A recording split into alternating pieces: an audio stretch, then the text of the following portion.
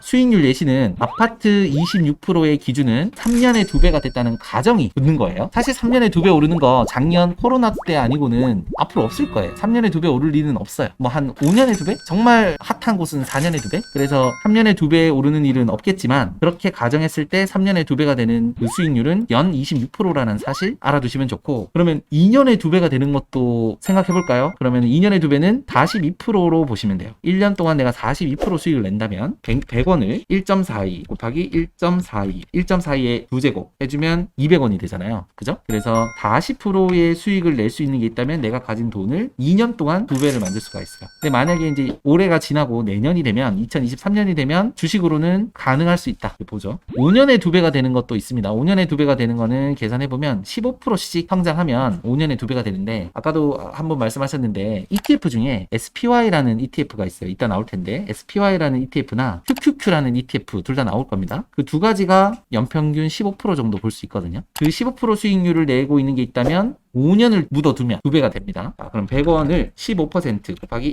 1.15 5번 해볼게요.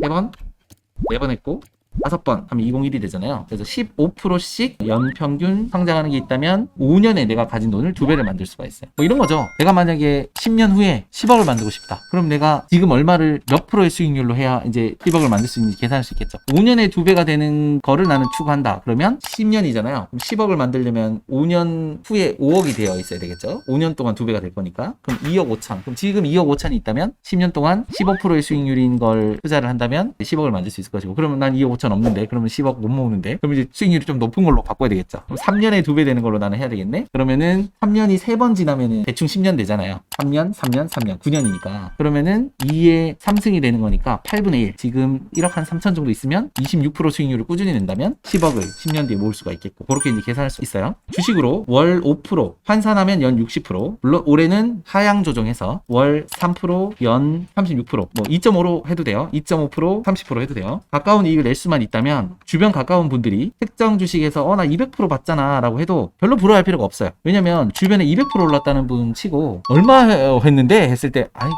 뭐 한 50만 원 이런 경우가 참 많거든요. 200%씩 막 오르는 주식이 정상적인 주식은 아니에요. 근데 그 정상적이지 않다는 건 본인도 알기 때문에, 남들이 사고라고 했으니까 살 걸 알기 때문에 내가 가진 자산을 다 넣지 못해요. 신뢰를 못하는 주식이기 때문에. 그래서 뭐 주변에 200% 했다 그래도 뭐 얼마 샀어요? 그러면 뭐 한 80만 원? 뭐 이런 경우가 많죠. 그래서 부러워할 필요가 없다. 중요한 건 내가 가지고 있는 총 시드 머니를 전체적으로 월 3%, 5% 내는 게 중요하다. 이렇게 보시면 돼요. 자, 지금 이제 2022년에 큰 파도가 한번 왔습니다. 제가 이제 한 1년 동안 주식 이제 쭉 공부하면서 봤더니 주식을 함에 있어서 좀 큰 파도가 있고요. 중간 파도급이 있고 소파도 이렇게 3개가 있어요. 막 이렇게 출렁이는 큰 그림이 3가지 정도 기준이 있어요. 이걸 알아두면 좀 좋아요. 알아두면 예측을 할 수가 있어요. 자, 대파도는 이게 크게 출렁인다는 뜻이에요. 세계적 경제 위기, 정말 세계적인 경제 위기가 있으면 1,000 기업들도 50%가 주가가 빠질 수가 있습니다. 아까 전에 말씀드린 그 건실한 기업들도 50% 주가가 빠질 수가 있어요. 어떤 그 매스컴이나 뭐 이제 유튜브 보면 이때가 기회라고 하죠. 이때 사야 된다라고 하죠. 근데 우리는 못 사죠. 50% 이상 빠지기가 정말 어려워요. 그래서 50%까지 빠졌으면은 살 타이밍이에요. 그래서 나중에 살면서 50%까지 빠지는 일이 생기면 50%를 기다리시면 돼요. 자, 50% 됐다. 사자. 이때는 더 빠질 수도 있죠. 더 빠질 수도 있지만 50% 되면은 조금 베팅을 해도 된다. 그때 베팅을 하는 게 이제 조금 인생을 바꿀 수 있다. 자, 그러면 그 50%까지 빠진 게 딱 6번 있었거든요. 6번. 주식 시장 역사상 6번 있었는데, 가장 최근부터 볼게요.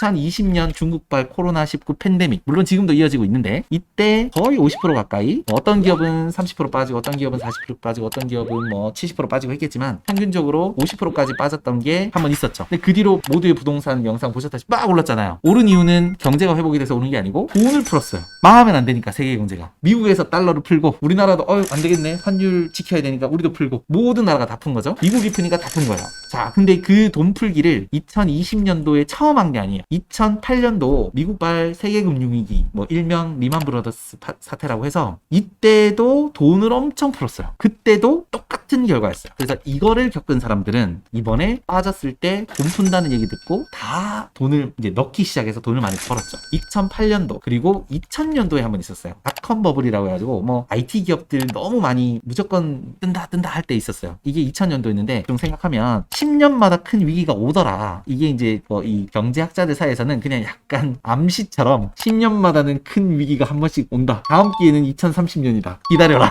이런 얘기들을 자기들끼리는 합니다. 10년마다 왔으니까 2030년 즈음에도 한 번 올 거다. 그래서 기억하시면 되고, 닷컴 버블 때도 제가 본 영상에 의하면 돈을 푼 걸로 알고 있습니다. 이때 돈을 풀어서 경제를 회복시켰고, 이때 풀어서 회복시켰고, 이때 풀어서 회복시켰고, 그래서 지금 돈을 이렇게 크게 푼 역사는 크게 3번 있습니다. 그 다음에 저도 기억이 안 나는, 제가 80년생이라서 저도 기억이 전혀 안 나요. 이거는 뭐 약간 역사책에서나 봤었던 그런 얘기들인데, 제가 뭐 7살 때 뭘 알았겠어요? 블랙 먼데이 사태라고 있었고, 뭐 제1차 오일 쇼크, 경제 대공황이 있었다고 하는데 저는 드라마만 봐서 잘 모르겠습니다. 그리고 이때는 이런 쇼크가 꽤 장기간 지속된 걸로 알고 있고, 그걸 해결하기 위해서 닷컴 버블 때 처음으로 양적 완화라고 하는 돈 풀기를 시행을 했고, 나름 성공 사례로 꼽혀서 그 다음에도 돈 풀고 그 다음에도 돈 풀고, 그래서 그 다음 2030년도 즈음에 큰 이런 일이 생긴다면 그때도 과거 역사상 무조건 돈을 풀게 돼 있어요. 그러면 안 좋을 때 뉴스를 주시하고 있다가 돈을 무제한 푼다 라고 할 때, 그때부터 주식을 사면 되죠. 뭐 50% 떨어지는 거를 기준으로 할 필요는 없다. 50% 떨어졌든 40% 떨어졌든 60% 떨어졌든 돈 풉니다 할 때, 그때 이제 사면 돼요. 그때는 집도 가지고 있으면 되겠구나. 그래서 2030년도를 기대하시고,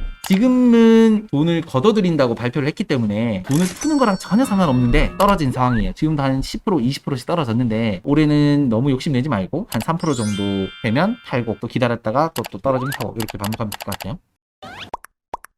자, 중간 파도는 어떤 경우냐면 이제 세계적 경제 위기와는 관계가 없어요. 해당 기업의 실적을 발표하는 게 분기별로 있거든요. 아까 전에 그 야후 파이낸스에서 보신 것처럼. 근데 그걸 다 외울 수는 없습니다. 그리고 예측하기도 힘들어요. 내가 그 기업을 다니는 직원이 아닌 밤에야 알 수 없어요. 분기별로 그 발표하는 날이 정해져 있는데, 발표할 때 예상보다 좋으면 주가가 그날 한 5에서 10%? 좀 많게는 20%까지 팍 뛰어요. 한 번씩 테슬라나 애플이 실적 발표할 때 펑 뛰거든요. 근데 그걸 우리가 예상할 수는 없고, 그냥 사놓고 있다가 그렇게 터진 날은 그냥 팔면 됩니다. 터졌네? 팔면 돼요. 그냥 터졌다 팔자. 그럴 때는 5% 이상 수익도 낼 수 있는 날이죠. 근데 간혹 분기별 실적이 우리가 예상했던 것보다 낮아질 때가 있어요. 낮을 때 한 20% 영업이익 볼 줄 알았는데 한 15% 정도 본 거죠. 그러면은 그때는 빠집니다. 이익을 받는데도 빠져요. 그럴 때는 우리는 어차피 파는 컨셉이 아니기 때문에 그때 다 삽니다. 왜냐면 실적이라는 게, 우리가 베스킨라빈스를 생각해보면 연간 실적이라는 거는 계절 요인이 있어요. 삼성 같은 경우는 그 신제품 내는 주기들이 있거든요. 그래서 꼭 이번 분기가 빠졌다고 해서 다음 분기가 빠지는 거는 아니에요. 우리는 직전 3개년도 연도별로 봤기 때문에 이번 분기 빠졌으면 다음 분기는 올라갈 확률이 높기 때문에 오히려 빠지면 그때 또 사면 돼요. 자, 그 다음에 금리 인상, 금리 인하 발표, 이런 게 있으면 약간 세계적 경제 위기는 아닌데 다 같이 빠지고 다 같이 올라가는 일들이 생겨요. 그래서 어떤 날 보면 다 빨간불이 켜지고 다 파란불이 켜지는, 그럴 때는 분기 실적 발표하고 관계없죠. 분기 실적 발표는 개별 요인이죠. 금리 인상, 금리 인하는 대출 이자를 높이겠다, 낮추겠다, 이런 거는 세계적 경제 위기는 아닌데 꽤 큰 파도예요. 그래서 지금 2022년 1월 지금 빠지고 있는 건 금리 인상 때문이에요. 금리를 인상하겠다, 돈을 걷어들이겠다라는 발표 때문에 추천 기업 기준으로 20% 내외라고 했는데 20%까지는 잘 안 빠지는데, 이번에 어도비가 실적이 정말 좋음에도 불구하고